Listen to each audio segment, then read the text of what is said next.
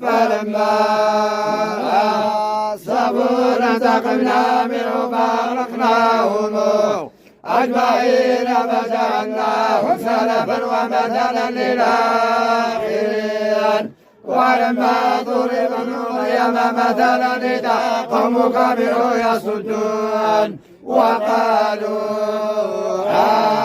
آلهتنا خير أم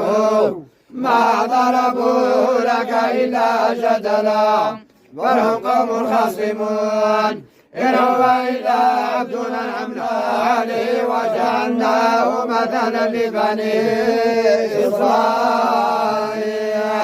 ولو نشاء لجعلنا منكم ملائكة في الأرض يخلفون وإنه لعلم للساعة فلا تمترن بها واتبعوني هذا صراط مستقيم ولا يصدنكم الشيطان إنه لكم عدو مبين صدق الله العظيم.